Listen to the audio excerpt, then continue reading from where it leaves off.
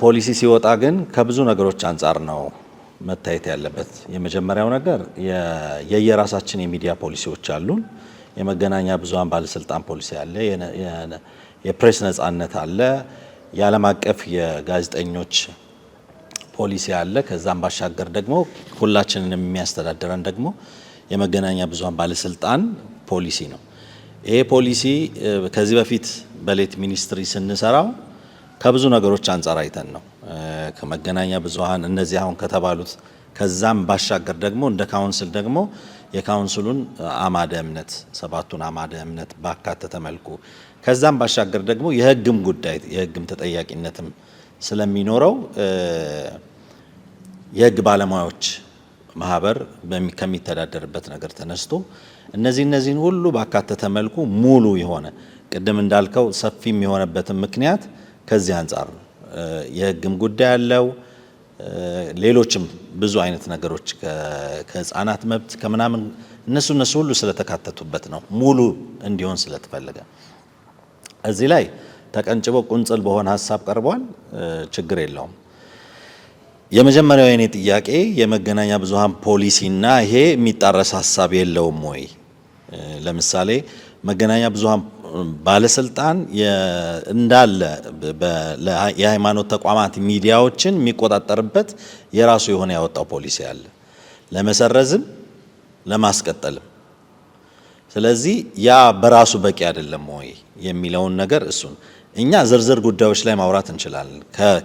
ካለብን ከችግሩ ስፋት አንጻር ከሚመጡ ጥፋቶች አንጻር ያ ነገር እንዳይደገም እንዳይስፋፋ እኛ ራሳችንን ልናቅብበት የምንችልበት እንደ መጽሐፍ ቅዱስም የምንመካከርበት ከዛም ባሻገር ደግሞ ለምሳሌ የወንጌላውያን የሚዲያ ባለሙያዎች ማህበር 2 ዓመት ትልቅ ስራ ሲሰራ የነበረው ግንዛቤ ማስጨበጥ። ምክንያቱም ቅድምም ስንናገር በዚህ ዙሪያ ላይ አሁን 30 ሚዲያ አለ። ምን ያህል ኤዲቶሪያል ፖሊሲ ያላቸው? ምን ያህሉ? 5-6 ከዛ በላይ ፖሊሲ ያለው የለም። እኔ መጀመሪያ መጥተው ሲመዘገቡ የሚዲያ ፖሊሲ አምጡ የየራሳቸውን ብዬ ስላቸው ማንም አብዛኞቹ ያላመጡ። ለምን? ልምዱም የለም፣ ከዚህ በፊት የነበረም ኤክስፒሪየንስም የለም። እንደ አዲስ ነው ገና እንትን እያለ ያለው። ስለዚህ የመጀመሪያው ነገር በመገናኛ ብዙሃን ባለስልጣን ፖሊሲ መሰረት ለምንድን ነው መተዳደር ያቃተው? ሌሎች ዝርዝር ጉዳዮች እሱን የማይመለከቱ ሀሳቦችን ከዛ አውጥቶ የሌሉ ሀሳቦችን እንደ ካውንስል አደጋ ናቸው ለወንጌላውያን እምነት፣ ለካውንስል ለተቋሙ ሳይሆን እንደ ለወንጌላውያን ቤተ እምነት ላሉት በሙሉ አደጋ ናቸው ብሎ የሚላቸው ነገሮች በፖሊሲ ማስፈር ትክክል ነው። ሁለተኛው ነገር ደግሞ እዚህ ውስጥ ከቀረቡት ነገሮች ውስጥ ፋይናንሻል አሰራር የሚመለከቱ ነገሮች፣ ማስታወቂያዎችን የሚመለከቱ ነገሮች፣ ከአየር ሰዓት ሽያጭ ጋር የሚመለከቱ ነገሮች የቀረቡበት ነገሮች አሉ። የመጀመሪያው በጣም በሚያሳዝን ሁኔታ ካሉት ከየትኛውም የሃይማኖት ሚዲያ ተቋማትም ከሴኩላርም በጣም በአነስተኛ ዋጋ ምንም ጥቅም በሌለው አንተም ታውቃለህ ለአንድ ማስታወቂያ 1000 ብር እየተከፈለ ሌላው ጋር 35000 ምናምን ሺህ በጣም በብዙ ሺህ የሚቆጠር እንትን እየተደረገ ይሄ እኮ እንደ አገልግሎትም ጭምር ነው። እኛ ኮንትሮል የምንደረገው ነገር ሳይሆን አሁን ሰሜን ላሉ ቸርቾች እኛ ብዙ ጊዜ ነፃ እንሰጣለን። ሰሜን አካባቢ ክፈሉን ብትላቸው የማይከፍሏል። እዚህ ሀገር 5 ቀን ሰጣቸው 2 ቀን የምጨምርላቸው 3 ቀን የምጨምርላቸው ብዙዎቹ የፋይናንሻል ችግር ያለባቸው ናቸው። እንዳጠቃላይ አብዛኞቹ ቸርቾችን ስናይ እነሱን ከመርዳትም አንጻር ነው እንጂ እኮ እንደ ጣቢያ እኮ እናስከፍል ብለን ብንልኮ እንደ ሌሎቹ እንደ ሴኩላሮቹ ማድረግ ይቻላል። ስለዚህ አንደኛ ማንዴትም ሊኖረውም አይገባም። ምክንያቱም እኛ ለምሳሌ ጂኤምኤም ገቢዎች ይቆጣጠረዋል። ለገቢዎች ነው ማሳወቅ ያለበት ገቢያችንንም ወጫችንንም። ለካውንስሉ ሪፖርት ማድረግ ነው እንደ ሚኒስትሪ ስለተመዘገብን። ከዛ ባሻገር ግን እንትና እንደዚህ ረዳ ብሎ ከካውንስሉ ፋይናንሻል እንትን አሰራር ጋር የማጣመር ግዴታም ያለብን አይመስለኝም። እንደሱ ከሆነ ደግሞ የህግ ባለሙያዎችም የቴዎሎጂ እንትኖችም ሌሎቹም እንደዚህ አይነት አሰራር ውስጥ መግባት አለባቸው። ተለይቶ የሚዲያው ብቻ የሚመጣ ከሆነ እሱ አደጋ አለው። ምክንያቱም የንግድ ፈቃድም እንትን ማውጣት አይቻልም። ይሄ ከዚህ በፊት ተብሏል። ፓስተር በለጡ ታስታውስ ያለሽ ብዬ አስባለሁ። የንግድ የሃይማኖት ተቋማት የንግድ ፈቃድ እንትን አውጥተው መንቀሳቀስ አይችሉም፣ ክልክል ነው። በራሱ ግን ከዚህ በፊት ለማስታወቂያ ምናምን የተወሰነ የፈቃድ ወጥቶ እንቅስቃሴ ይደረግ ነበር። ይሄ እዚህ አይነት አሰራር ውስጥ የምንገባ ከሆነ አያስኬድም። አንደኛ ቸርቾቹም የሚከፍሉትም ቸርቾች በ3 ወር 25,000 የሚከፍሉት 50,000 የሚከፍሉት 100,000 የሚከፍሉት እነሱ ሁሉ የተጠላለፈ የሂሳብ አሰራር ውስጥ ነው የሚገባው። ቀላሉ ነገር ምንድነው? ገቢዎች የሚቆጣጠሯቸውን በገቢዎች ካውንስሉ ደግሞ እንደ ሪፖርት ማወቅና መስማት ያለበትን በዛ ከህዝብ የሚሰበሰቡ እንትኖች እሱ ለህዝብ ይፋ ማድረግ ምንም ችግር የለውም። ኤልሻዳይ ቲቪ ከዚህ ቀደም በነበረው ኤክስፒሪየንስ ከህዝብ የዚህን ያህል ብር አግኝተናል፣ የዚህን ያህል ብር ጎሎናል ተብሎ ክሊየርሊ ይነገራል። ሌሎቻችን ብዙ ያንን አድርገን ላናውቅ እንችላለን። ያንን ማድረግ እንዳለብን መናገር እሱ አንድ ነገር ነው። አንዱ ይሄ ነው። ሌላው እገዳን በሚመለከት ነገሮች ከዛ ውጭ እገዳን እርምጃን የሚመለከቱ ነገሮች ላይ ፐርሰናል የካውንስሉ የሚዲያና ህዝብ ግንኙነት በራሱ ስልጣን ብቻ የሚያደርገው መሆን የለበትም ብዬ አስባለሁ። ምክንያቱም አንድ ኮምፕሌን የሚቀርበው ሚዲያዎች አካባቢ ላይ ሶሻል ሚዲያዎች አካባቢ ላይ እየተደወሉ ይሄንን አውርዱ ይሄንን አውጡ ምናምን የሚባሉ ሰዎች ብዙ እንዳሉ እንሰማለን። ስለዚህ እንዲህ አይነት አሰራሮች የህግ ማዕቀፍ ኖሯቸው የሆነ ሰንበዲ ደውሎ እንደዚህ አድርጉ እንደዛ አድርጉ የሚላቸው ሳይሆን በተቋቋመው ኮሚቴ የመጀመሪያው ነገር እንደ እግዚአብሔርም ቃል የምክር የሚያስፈልገውን ምክር ተመክሮ ከዛ በኋላ የጽሁፍ ከዛ በኋላ ባሉት ስቴፖች የእግዚአብሔርም ቃል እንደሚለን ደግሞ ህግም ሊደግፈን በሚችለው አይነት መልኩ ነው መሆን ያለበት። አንዳንድ ነገሮች በግልጽ ስለማንነጋገር እዛና እዚህ ሆነን ተጠማምደን ስንገናኝ ደግሞ ያንን የምንፈታባቸው መንገዶች አሉ። ስለዚህ እነዚህን ነገሮች በጣም በሂደት ማየት፣ በዝርዝር ማሰብ፣ በዝርዝር መመልከት ያስፈልገናል ብዬ አስባለሁ። የመጨረሻው አሁን ቅድም የተባለው ማለት ነው። አንድ ስብሰባ ሲጠራ ምልዓተ ጉባኤ የሚባል ነገር አለ።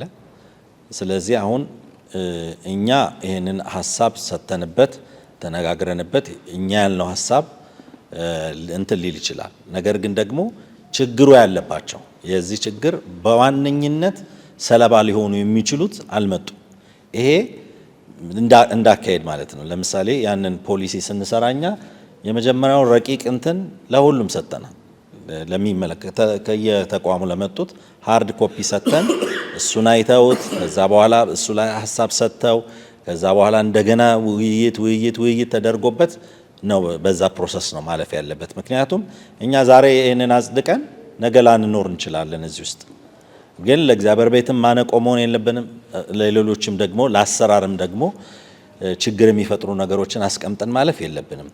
እንደተባለው ጥሩ እርምጃ ሆኖ ያየሁት የሰባት የተባለው ኮሚቴ ተቋቁሞ ማየቱ ጥሩ ነው። የሰባት ሰው ሀሳብ ተንጸባርቆበት የሰባት ሰው ሀሳብ ተንሸራሽሮ ብዙ አይነት መንገዶችን ሄዶ እንደዛ አይነት መደረጉ ጥሩ ነው። ከዛ በተረፈ ግን ይሄ 5(1) ሐመርሃ ሰላ ያሉት አንቀጽ 7 ላይ 8(1) ሀ ለሐመርሃ 8(1) ሐመርሃ 9(1) ሐመርሃ ድጋሚ ቢከለሱ ጥሩ ነው ብዬ አስባለሁ። ምክንያቱም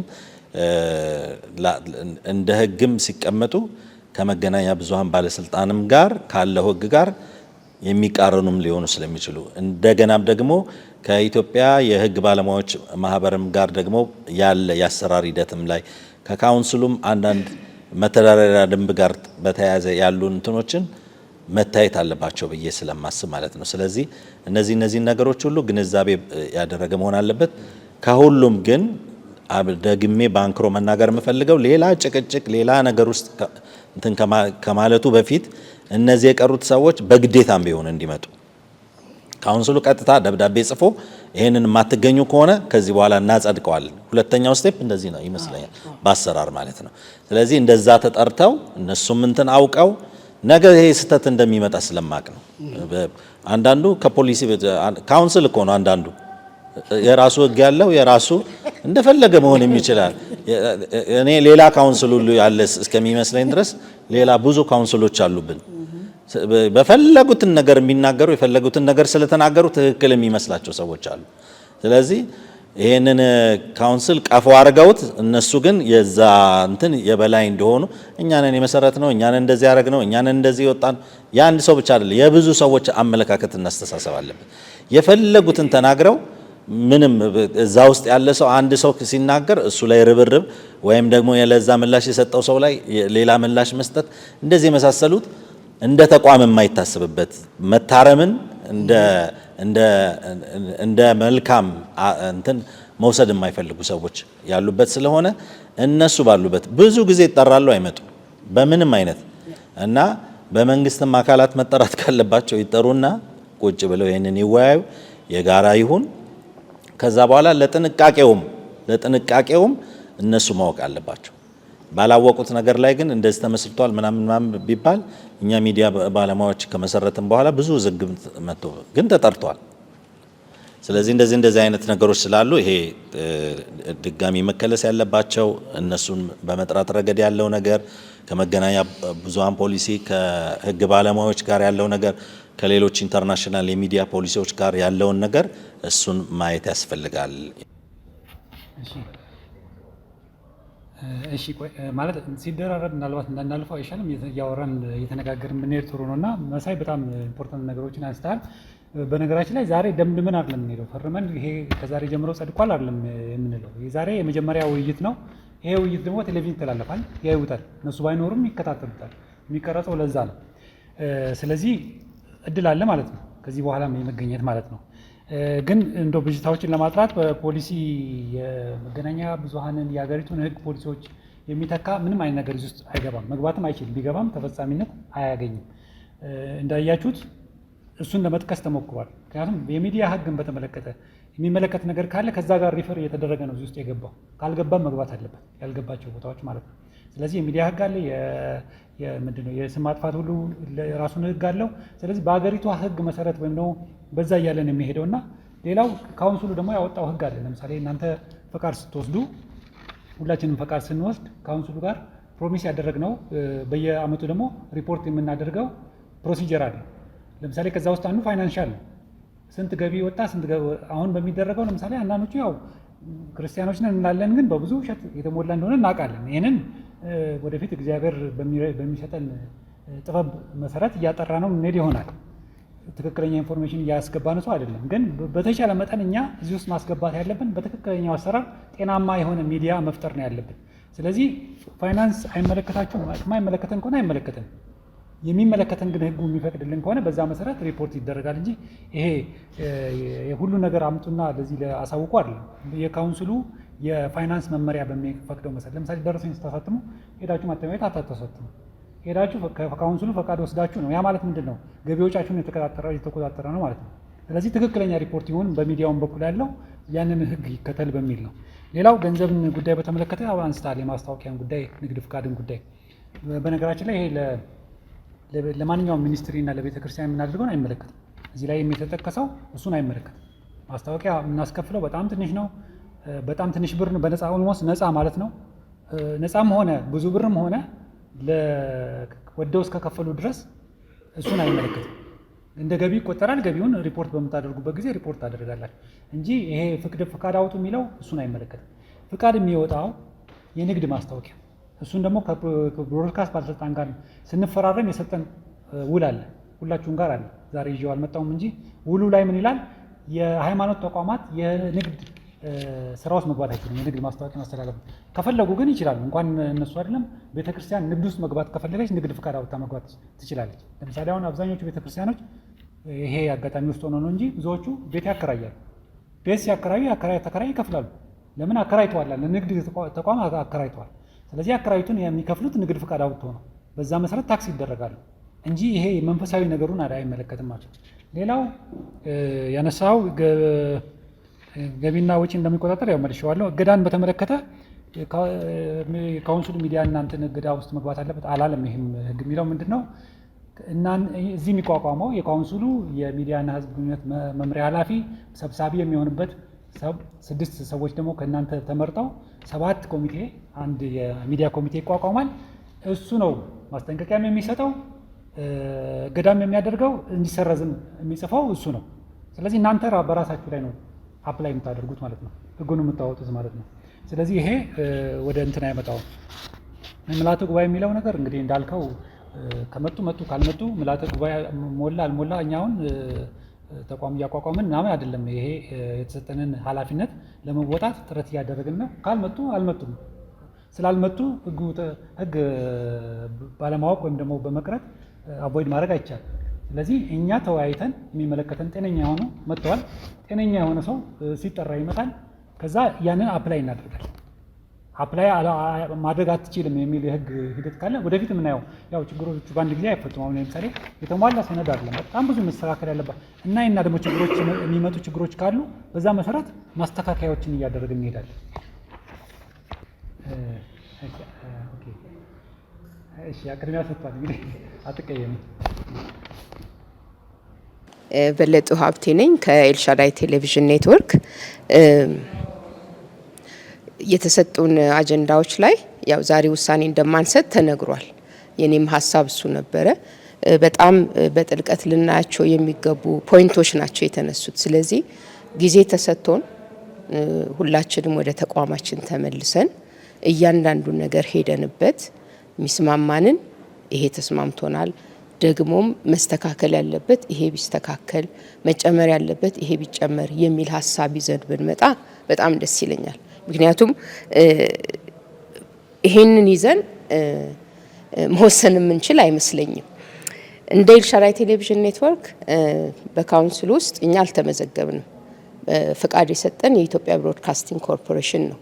እንደሚታወቀው ኤልሻዳይ ቴሌቪዥን ኔትወርክ እዚህ ሀገር ሲመጣ የነበረው መንግስት ለሃይማኖት ተቋማት ወይንም ሚዲያ ፈቃድ አይሰጥም ነበር።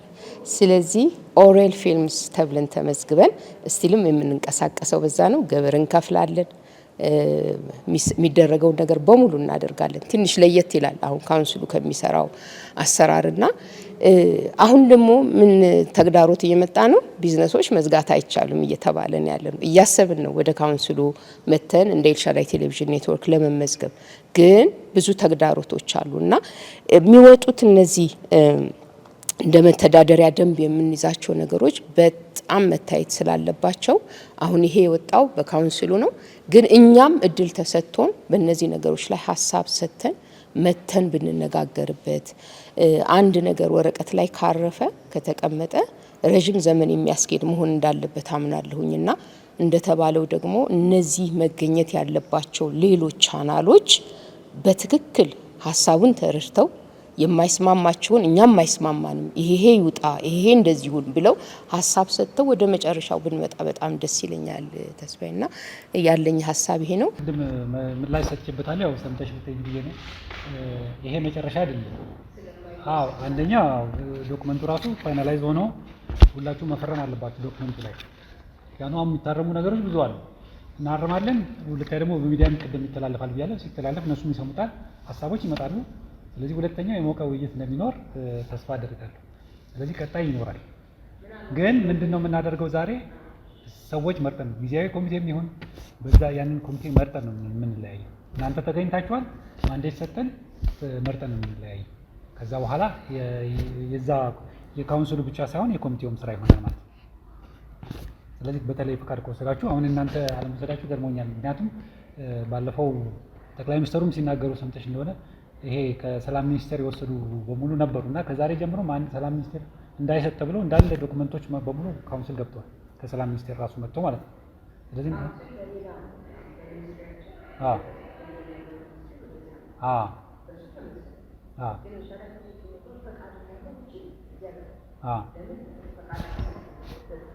በፊት ነበር እኮ ጄሜም እንደዛ ነበር። አሁን ጄሜም እያለው እንደዛ ነበር። ግን ይሄ እድል ሲሰጥና ልክ ሲፈቀድ ምናልባት ነበር ናርላር ላይ ከካውንስሉ ሰርቲፊኬት አምጡ ተብለን ሰርቲፊኬት ከካውንስል ወስደን ነው ፈቃድ የሰጠን ለሁሉም። እኔ ጄሜም ነበርኩ ያን ጊዜ ሲሰጥ ማለት ነው። ስለዚህ ያንን አሟልተን ከካውንስሉ የሚሟላት ያለበትን አሟልተን ነው ፈቃድ የሰጠን። እናንተ እንዴት እንደተዘላል አለ እንጂ አሁንም ከእንትን ካለ ይሄ መሟላት የግድ ዞሮ ዞሮ ወደዛ ሲስተሙት መግባት አለባቸው። አለበለዚያ መብታችሁን ማስከበር አትችሉም። የሃይማኖት ሚዲያ ከተባለ የሃይማኖት ሚዲያ ከሚወክለው የሃይማኖት ተቋም ድጋፍ ደብዳቤ ሰርተፍኬት ማምጣት አለበት የሚል አስገዳጅ መመሪያ አለ።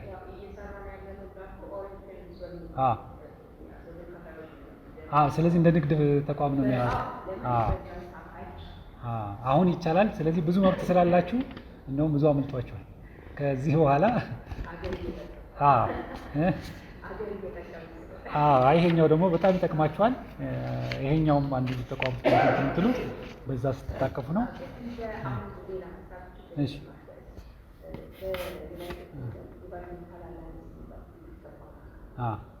ግን እንደዚህ ስለሚጠቅም ቢቀረጽ እሺ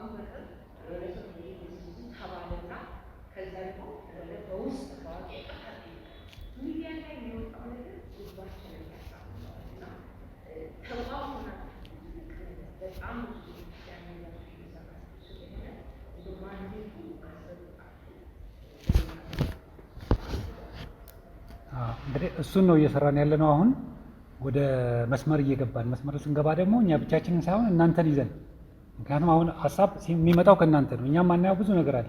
ከውጭ ያለ ሰው የሚያየውና ከውስጥ የሚያየው አንድ አይደለም። ስለዚህ አቅም እየፈጠርን ስለሆነ አንዱ ይሄ ጉባኤ የዛ አካል ነው ማለት ይቻላል። ቅድም ምናልባት እንትን ያላልኩት ካውንስል ሌላ ካውንስል የለም ማለት ብዙ ካውንስሎች አሉ ያልና ተሳስታችሁ ቢሆን ይሄን ነው ሚዲያ እንትን ማለት ሌላ ካውንስል የለም። ካለም ደግሞ ወንጌላዊ አይደለም።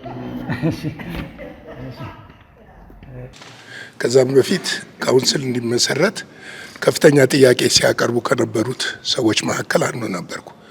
አዳማ ላይ በነበረው ስብሰባ፣ አዲስ አበባ ላይ፣ አዋሳ ላይ በሃይማኖት ጉዳዮች ምክንያት ሲሰበሰብ እኛ ማህበር አይደለንም፣ የሃይማኖት ተቋም ነን።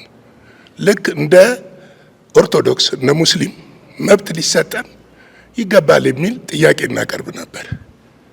ይሄ ጥያቄ እውን እንዲሆን በተለይ አቶ ሀጂ በጠቅላይ ሚኒስትሩ ቢሮ እየተጠና እንደነበረ በዛን ጊዜ አርብቶ አደርና የሃይማኖት ጉዳዮች ኃላፊ የነበሩት እሳቸው ትልቅ ሚና ተጫውተው ነበር። ከኛም ሀሳብ ግባቶች ይወሰዱ ነበር። ነገር ግን በመጨረሻ የተመሰረተበት መንገድ ትንሽ ፍጥነት ያለው ይመስላል። ወቅቱም የኮቪድ ወቅት ነበረ። ከኮቪድ የገባው የዛለት ነው አስታውሳለሁ። ቤተ መንግስት በነበረው ስብሰባ ሙሉ ወንጌል መካነ ኢየሱስ አንሳተፍም አንፈልግም ብለው ነበረ፣ አንገባም ብለው ነበረ። በብዙ ማግባባት ይሄ ካውንስል ተመስርቷል። ካውንስሉ ሲመሰረት ለሁላችንም በተለይ ክርስቲያኖች ለሆነን የእምነት ነጻነታችንን በህገ መንግስቱ የተጻፈውን በትክክል እንለማመዳለን ብለን ነበረ። ነገር ግን አሁን ላይ ያሉ ክፍተቶች እንዳሉ አውቃለሁ፣ ድክመቶችም እንዳሉ አውቃለሁ። ከዛም አንጻር ይመስለኛል ቅድም መሳይም አንዳንዶች ካውንስል ናቸው ያለበት ምክንያት መንገዳቸው በምን መንገድ እንደሆነ ባናቅም እህቴም ቅድም እንዳነሳቸው በሚዲያ ላይ የሚሰጡት መግለጫ ከካውንስሉ በላይ ፓወርፉል የሆነ ነገር የሚያደርጉ አሉ። ይሄ ነገር ደግሞ በአግባቡ ችግሩ በምን መንገድ እንኳን እንደተፈታ ካውንስሉ ለአባላቶቹ አይገልጥም። እነዛ ሰዎች ቀጥለው ነው የሚታዩት። አንዳንድ ጊዜ አመፀኝነት ከጀርባ በሚፈጸሙ ነገሮች ላይ እየጠነከሩ እንደሚሄዱ መታወቅ መቻል አለበት። ስለዚህ ነው ይሄ ህግ ላይ እነዚህ ሰዎች መገኘት አለባቸው ብለን አበክረን የተናገርንበት ትልቁ ምክንያት ነገ ይሄም ህግ ወጣ ተብሎ ተግባራዊ የማይሆን ይሆናል። ምክንያቱም አቅማቸውን ወይም ደግሞ በህግ አስገዳጅነት እንዲናደርጋለን የሚባል ነገር አይደለም። ዲስከስ ተደርጎ ተማምነንበት በትክክለኛ ወስነን ነው መሆን ያለበት። ለምሳሌ ስለ ካውንስሉ ከሚነሱ ጥያቄ አንድ ላንሳለ። ካውንስሉ በተመሰረተ ጊዜ እዛ ነበርኩኝ፣ ድምፅ ሰጥ ነበረ። ምንድን ነው የሆነው? 1 ዓመት ብቻ መተዳደሪያ ደንብና ህግ የእንትኑ ህንድ ፓርላማ እንዲጸድቅ መተዳደሪያ ውስጥ መተዳደሪያ ደንብ አውጥቶ ጠቅላላ ጉባኤ ጠርቶ እንደገና ካውንስሉ ምርጫ እንዲያደርግ ነበር የተባለው። ነገር ግን ያ ነገር በጎን ነው የተሄደበት። ያ ብዙዎች ትልልቅ ቤተ ክርስቲያኖች ስለማይናገሩ ነው እንጂ ቅሬታ ነበራቸው። እኔ የአብያተ ክርስቲያናት ህብረት አባል ነኝ። የኛ ህብረት ለረጅም ጊዜ ካውንስል ውስጥ አልተሳተፈም ከዚህ ቅሬታ የተነሳ። ስለዚህ አንዳንድ ነገሮች ሲደረጉ በፍጥነት መሆን የለባቸውም። እናንተ ይህንን ሰነድ ላኩላቸው፣ ቢሮአቸውን ታውቃላችሁ፣ መጥተው እንዲወስዱ ማድረግ ትችላላችሁ። ላኩላቸው፣ ይዩት፣ ይመልከቱት፣ ይብላላ። ከዛ በኋላ ጠቅላላ ሚዲያዎችን በአስገዳጅም ቢሆን ተጠርተው መጥተው መሪዎቹም ቢሆኑ የሚመሩት እነሱ ከሆኑ እነሱም መጥተው ቢሆን የሚወክላቸውም ካለ ሚዲያ ኃላፊም ካለ ያ ኃላፊ መጥቶ ያ ሲሆን ምን ይሆናል መሰለ፣ ህጉ ጉልበት ያገኛል። ስለዚህ ካውንስሉ እኔ የበላይ ነኝ ብሎ በእኔ ላይ የሚያወጣው ህግ እኔ በሌለሁበት የሚያወጣቸው ህግ በእኔ ላይ ሊፈጸሙ አይችሉም። ለምሳሌ ለምንድን ነው ህገ መንግስት ሲወጣ እያንዳንዱ ዜጋ እንዲሳተፍ የሚደረገው? ለምን ይመስላል? ለምሳሌ አሁን የምክክር ኮሚሽን ሲደረግ ለምንድን ነው በየወረዳው በየቀበሌው መንግስት ማወያየት ያስፈለገበት ምክንያት ምን ይመስላል? የሚወጡት ነገሮች ጉልበት እንዲያገኙ ነው። ሁላችንም ተማምነንበት ያጸደቅነው ነገር ከሆነ ሁላችንም ለዛ ህግ ተገዢዎች እንሆናለን። በጣም ነው ማመሰግን። አዎ ልክ ነው። አሁን ቅድም የተነጋገርንበት ስለሆነ አሁን ለዚህ ምላሽ ምንም ተጨማሪ ምላሽ አያስፈልገውም። ተነጋግረን ተስማምተናል። ዛሬ መጨረሻ አይደለም በሚለው ተስማምተናል። ስለዚህ አሁን ለእናንተም ተልኳል፣ እናንተም ሼር ልታደርጓቸው ትችላላችሁ። አሁን ኦልሬዲ ፓብሊክ አድርገነዋል፣ እናንተ ጋር ደርሷል። ስለዚህ ከዚህ በኋላ በሚቀጥለው ውይይት ላይ በሰፊው እንነጋገራለን እና ወደሚቀጥለው ከመሄዳችን በፊት ምርጫውን አድርገን ምክንያቱም በግድ ያቆየዋት ፓስተር በለጡንና ጫና እንዳልሆንብሽ ብዬ ነው። የሚዲያ ኮሚቴ እሺ ልቃል አስራት እባላለሁ። ከምፅዓቱ አዋጅ ነጋሪ አገልግሎት ነው የመጣሁት። ትንሽ እኔ ለየት ያለ ሀሳብ የምሰጠው ምንድን ነው፣ ሚዲያ ሲባል ብዙ ጊዜ በእኛ ማህበረሰብ ቴሌቪዥን ብቻ ይመስለዋል እና ማህበረሰቡ ሚዲያ ሲባል እንግዲህ ዘርፈ ብዙ ነው። በተለይም ደግሞ በዚህ በወንጌላውያን አካባቢ ትልቅ ተጽዕኖ የነበረው በተለይ በደርግ ዘመንና ከዛም በፊት የህትመት ሚዲያና የሬዲዮ ያው ባጭርም ቢቀጭ እንደ የምስራች ድምጽ በውጭም ሆኖ እንደ ህያው ተስፋ ፊባ ሬዲዮ የሚባሉ ከባድ ተጽዕኖ ነበራቸው አስታውሳለሁ። ነገር ግን እነዛ የሚዲያ አገልግሎቶች አሁን ፌድ አውት ያደረጉ ይመስለኛል። በምትኩ ደግሞ ሶሻል ሚዲያም መጥቷል፣ እንደገና ሳተላይት ሚዲያም መጥቷል እና የኔ ጥያቄ ምንድነው እነዚህ አገልግሎቶች ወደፊት እንግዲህ ምናልባት ሊፈቀድ ይችላል ብዬ አስባለሁ። በተለይ የሬዲዮ አገልግሎት ምን ያህል ዝግጁ ነን በዚያ አቅጣጫ ላይ? እንደገና ደግሞ ከመንግስት ጋር ይሄ ሀሳብ ቀርቦ ወደፊት የመከፈት እድሉ ሰፊ ነው ወይስ አይደለም የሚለውን ብናካትትና ምክንያቱም ይሄ ነገር በጣም ለወንጌል ስርጭት ትልቅ ሚና ስላለው የኛም ዋናው ተልኳችን እሱ ስለሆነ ሚዲያም ስናወራ መቼም ወንጌልን ማዕከል አድርገን ነውና በዚህ አግባብ ይሄ ነገር ወደፊት እውን ይሆናል ወይ ተመካክራቸዋል ወይ የሚል ነው። ሁለተኛ ደግሞ የጥላቻ ንግግር በቴሌቪዥን ብቻ አይደለም ያለው፣ በጽሁፍም አለ፣ እንደገናም ደግሞ በሌላም ነገር አለና ይሄንንስ አይታችኋል ወይ የሚል ጥያቄ ለመጠየቅ ነው። አመሰግናለሁ። ምን ሜልካል ያነሳው ጥሩ ሀሳብ ነው። በመጨረሻው ለሳና ሬዲዮን በተመለከተ እስካሁን መንግስት በአዋጅ ከልክሏል። የተከለከለ ስለሆነ እስካሁን አልተፈቀደም። ባለፈው በነበረን ስብሰባ ላይ ኦፊሻሊ ጥያቄውን አቅርቤያለሁ። የነበራችሁ ሰዎች ታስታውሳላችሁና መንግስት የተሰጠን ምላሽ ምንድነው? መጀመሪያ ይህንን በአግባቡ ያዙና ወደዛ እንሄዳለን። መጀመሪያ የተሰጣችሁን እድል በአግባቡ እየተጠቀማችሁበት አይደለም የሚል ስለሆነ ለዛም ነው አሁን ይህንን በአግባቡ እንጠቀምበትና ተጨማሪ ጥያቄ ማቅረብ እንችላለን የሚለው በዛ እናየዋለን። በተረፈ ሚዲያን በተመለከተ አሁን ስለ ቴሌቪዥን ስንል ቴሌቪዥን ሁሉም ቴሌቪዥን ለምሳሌ አሁን ዩቲዩብ የምትሰሩ ሰዎች ሁሉ ቴሌቪዥን ክርስቲያን ቴሌቪዥን ናምን ለምትል ቴሌቪዥን ነው የሚባለው። ዞሮ ዞሮ ተደራሽነቱ ሰፊ ነው። የሚቀርብበት መንገድ ተለያየ እንጂ ኮንቴንቱም እንትኑም ኦልሞስት አንድ አይነት ነው ያለው። ስለዚህ ሚዲያ ህግ በምናወጣበት ጊዜ በየጊዜው እንትኑ ተፈጻሚነቱ በየሁሉም ሚዲያ ላይ ይሆናል። ስለዚህ ዛሬ ለዚህ ነው አሁን ቴሌቪዥን ስንጠራ ሚዲያው የሶሻል ሚዲያዎችም አብረን የጠራ ነው ምንድነው ነገም እነሱ የሚገዙበት ህግ ስለሆነ እነሱም ሀሳባቸው ይሰማ ይደመጥ በሚል ነው። ለዛ ነው። ስለዚህ ይሄንን እሺ ሰብለ በቀለ እባላለሁ ከአሜን ቲቪ ነው። በመጀመሪያ ቴንኪዩ ማለት እፈልጋለሁ። ጥሩ እርምጃ ነው። በተደጋጋሚ ካውንስሉ እንዲህ አይነት ሀሳቦችን ያነሳል።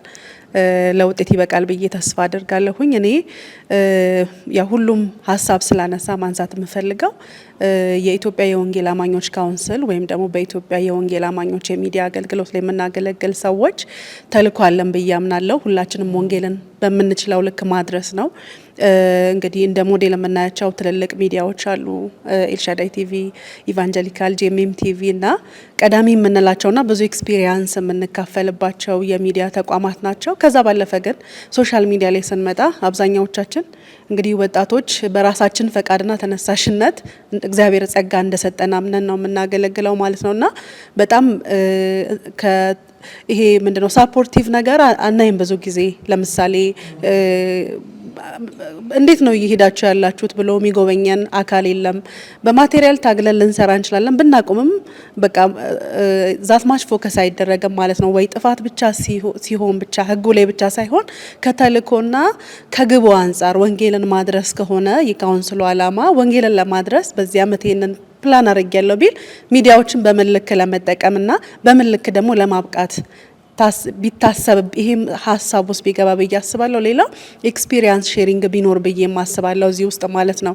ለምሳሌ አሜን ቲቪ የቱ ጋር እንደሆነ ቢሮ ማያክ ሰው አጥፍተሻል ብሎ ከሚደውልልኝ አሜን ቲቪን የመጎብኘት ኤልሻዳይን የመጎብኘት ጄኤምኤምን የመጎብኘት ኤክስፒሪየንስ ሼር ማድረግና ቅድም ፓስተር ስታነሳ ነበረ ለምሳሌ ኢንተርናሽናል የሆኑ የሚዲያ ተቋማት አሉና እነዛን ተቋማት ለምሳሌ በካውንስሉ እነዛን የማግኘት እድል አለው ብዬ ተስፋ አደርጋለሁ ማለት ነውና እያንዳንዱ የቴሌቪዥን ጣቢያዎች ወይም ደግሞ የሚዲያ አገልግሎቶች ኢንተርናሽናል የሆነ ኤክስፒሪየንስ ቢኖራቸው እዛም ላይም ይሄኛው የሚመረጠው አካል ቢሰራ ህጉም እንዳለ ሆኖ ማለት ነው። ሌላው ከኢትዮጵያ የሚዲያ ምናምን ብሮድካስቲንግ ተቋማት በቅርቡ ከአንድ ሚዲያ ፕሮሞሽን የተለቀቀው ማስታወቂያ ተለቀቀ።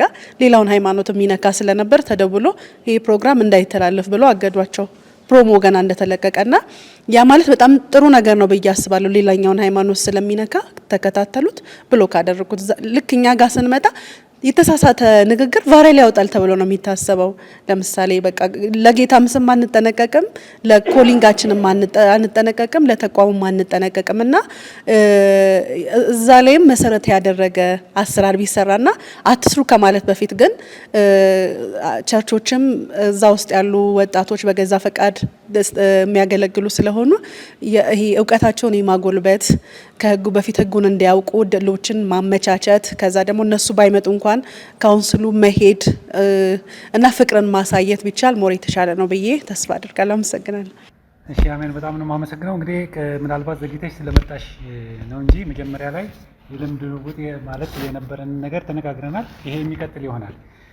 ይሄን አሁን የምንመሰረተው ዝም ብሎ ዛሬ ተገናኝተን የምንለያይበት ነገር አለ።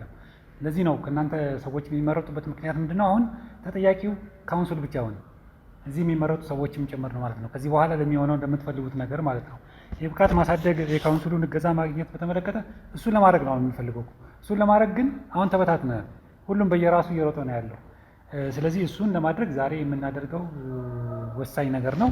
ወደዛ እንሄዳለን ማለት ነው። ሌላው የተሳሳተ አመለካከት ገበያ ያለው የሚለው ያው ገዢ ስላለ ነው አይደል? አንድ ነገር ሰው ለምሳሌ ተሳድባችሁ ብዙ ቪው ታገኛላችሁ። ጤነኛ ነገር ተናግራችሁ ግን ምንም አታገኙ። ስለዚህ እኛ አሁን ለቪው አይደለም የምንሰራው። አንዳንድ ጊዜ ሶሻል ሚዲያ ሰዎች ጋር የምንጋጨው በዚህ ነው። ቪው ነው የሚቆጥሩት ነው። ስንት ሰው አየው፣ ስንት ገባ። ለምን አንድ ብር ሳይገባ አይቀርም? በዜሮ ለምን የምናደርገው ነገር የእግዚአብሔርን ሀሳብ የያዘ ነገር ነው ወይ? እኛ ኃላፊነታችን እንደ እግዚአብሔር ሀሳብ መራመድ ነው። ገዢ ኑሮ አይኑረው የኛ እሱ የኛ ኃላፊነት አይሆንም። ስለዚህ ከዚህ በኋላ እንዲህ አይነት ነገሮችን አቮይድ እያደረግን የምንሄድበት የጋራ አቅም ፈጥናል ብዬ የማስበው ወደ ምርጫው ብንሄድ ደስ ይለኛል። ስለዚህ ደጋግመህ አውጥተህ ስንት ስላላልኩሽ ካሌብ እባላለሁ ከግሎባል ፌሎሺፕ ሚኒስትሪ ነው። ግሎባል ፌሎሺፕ በሐዋሳ አማኞች የሚመራ የካውንስሉ ጽህፈት ቤት የሚመራ ነው በፓስተር ወንድማገኝ እና ጥሪ አቅርበናል። የተለያዩ ወንጌል አማኞች ያሉበት ማህበር ነው። ይህ ማህበር ምንድነው? መሪዎቹንም ያማከለ ነው። የተለያዩ መሪዎች ዴይሊ ዙም ሚቲንግ ይገባሉ ማለት ነው። በአካል ግዴታ መገናኘት ባይቻልም እንኳን ዴይሊ ያለውን ሀሳብ ዲስከስ እየተደራረጉ የሚያወሩበት ኢሹ የሚያደርጉበት ነው። ሶሻል ሚዲያ ማኔጀር የክርስቲያንም ሴኩላርም ሚዲያ ኦልሬዲ ሚዲያው ዓለም ላይ ያሉ ሰዎች ሁሉ ያሉበት ማህበር ማለት ነው። የኢስት አፍሪካ በጠቅላላ እና ለአዲስ አበባም እንደዚሁ አመልክተናል። ዋናውን የሚመራው የደቡብ ክልል አብያተ ክርስቲያናት ካውንስል ፓስተር ወንድማገኝ ነው። የኢትዮጵያውን ጠቅላላ የሚመራው ማለት ነው። ግሎባል ፌሎሺፕ ዌብሳይት አለው። በጣም ትልልቅ እንትኖችን እየሰራ ነው። እንደ ቤተ ክርስቲያን ከቤተ ክርስቲያን ጋር እንደገና ከሚዲያ ጋር የሚሰራ ትልቅ ተቋም እና ማህበር ነው። የተለያዩ ፓስተሮች አሉ። ናይጄሪያ ውስጥ ያሉ ትልልቅ ሚኒስትሪዎች ፓስተሮች ያሉበት ማህበር ስለሆነ ማለት ነው። እንደዚህ አሁን ከቤተ ክርስቲያን መሪዎች ጋር ሚዲያውን ብቻ አይደለም ከመሪዎች ጋር ኮሚኒኬት እየተደረገ ቢሰራ መልካም ነው። መሪዎችን መገኘት ባይችሉ እንኳን ለምሳሌ ዙም ሚቲንግ ነገር ቢዘጋጅ ማታ ማታ በየቀኑ አይዲያዎችን ሼር የምንደራረግበት ማለት ነው። በጣም ጥሩ ሀሳብ ነው። ይሄንን ምን ማድረግ የምንችለው ከተቋቋምን በኋላ ከተደራጀን በኋላ መሪዎች መጥራት እንችላለን። እኛ ሳንደራጅ ሌሎች መጥራት ስለማንችል ነው። ወደፊት ግን ያልከው በጣም ጥሩ ሀሳብ ነው፣ እንቀጥልበታለን። እሺ ወደ ምርጫው እንሂድ።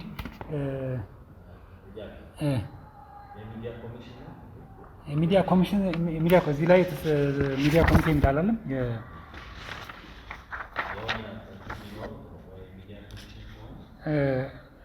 ወደዛ ኦልሞስት ሚዲያ ኮሚሽን ማለት ነው። አሁን እዚህ ጋር በዚህ ላይ ሚዲያ ኮሚሽን አላል ነው እንጂ ከዚህ በኋላ አሁን እዚህ ላይ የተጻፉን ነገሮች የሚያስፈጽም ማለት ነው። ስለዚህ እናንተን ድምጽ ይዞ ከካውንስሉ ጋር የሚገኝ ማለት ነው። ስለዚህ 6 ሰዎች ከእናንተ ነው እኮ አሁን እሱን ጊዜያዊ እናደርገውና ቋሚ የምናደርገው የሚቀጥለው ይሄ እንትኑ ሲሰድቅ ወደ ቋሚ ይሰድቅ። ስለዚህ እንዲሁ ላለመለያየት ማለት ነው። ስለዚህ ባይ ዲፎልት እኔ ማስበው ያው ብዙ ስላልተገኛችሁ ቴሌቪዥን ላይ ያላችሁ አሰለለቱ መሳይ ወንድሜ ሟላይ ነው ያለን የለውም። ከቴሌቪዥን የመጣችሁ ኢሳያስ ከተስፋ ቴሌቪዥን፣ ሌላ ማን አለ ቴሌቪዥን? ህይወት። እሺ ህይወት። ስለዚህ ቴሌቪዥኖቹን ባይ ዲፎልት እነሱን እናስገባና የሚቀጥለው ላይ 7ቱን ብንጨምር ምን ይመስላችኋል? ተስማማላችሁ ወይ ሀሳብ? ስለዚህ በቃ 1 2 4 ሰው ከኔ ጋር 5 ማለት አምስታችን ግሩፕ እንፈጥርና ለብቻችን ስብሰባ እናደርጋለን። እንግዲህ በዙም ሚቲንግ አድርገን እኮ አልሻት እንዴ ገብቷል እኮ ሸሪማ እነሱ ሳይገቡማ እኛ ምንድን ነው ይሄማ እንዳልጀመር ነው የሚቆጠረው። አላልኩም እንዴ ብያለሁ አይደል? አዎ እንዴ ብያለሁ። መጀመሪያ ነው የጠራ አይ ምንድን ነው አሁን ይሄ መጀመሪያ በዚህ እንጀምርና የሚቀጥለው ላይ በቴሌቪዥኖቹ እንጀምር ብለን። ስለዚህ የሚቀጥለው ላይ ሁሉም ይምጣ። ከዛ ምርጫው ቋሚ የሚሆነው የሚቀጥለው ላይ ነው። ስለዚህ አሁን ከቴሌቪዥን ተስፋ አሁን እንደ ግለሰብ ሳይሆን እንደ ተቋም ነው የተወከላችሁት። ተስፋ ቴሌቪዥን፣ ህይወት ቴሌቪዥን፣ ጄኤምኤም ቴሌቪዥን እና ሻዳይ ቴሌቪዥን የዚህ የሚዲያ ኮሚቴ አባል ይሆናሉ ማለት ነው። ስለዚህ ድምጻችሁን አሰሙን፣ በእጃችሁ አሳዩ። ተስማማላችሁ ወይ? ስለዚህ በሙሉ ድምጽ ተመርጠዋል። ይህን በተመለከተ እንግዲህ የሚቀጥለው ሚቲንጋችን እኛ ያው ስልክ ተቀያይረናል። የዙም ሚቲንግ እናደርግና በአካል ደግሞ እኛም ቢሮ ማድረግ እንችላለን። አንዳችሁ ጋር እየዞርን እንደውም ቅድም አሜን ያነሳቸው ሀሳብ ጥሩ ነው። በየቢሮአችሁ እየዞርን ስብሰባ እናደርጋለን። እሺ እንግዲህ ስለመጣችሁ በጣም እጅግ አድርገን እናመሰግናለን። ረጅም ሰዓት አብራችሁን ቆይታችኋል። በጸሎት ወንድሜ ኢሳያስ ከተስፋ ቴሌቪዥን መጥተው በጸሎት ፕሮግራማችንን ይጨርስልናል።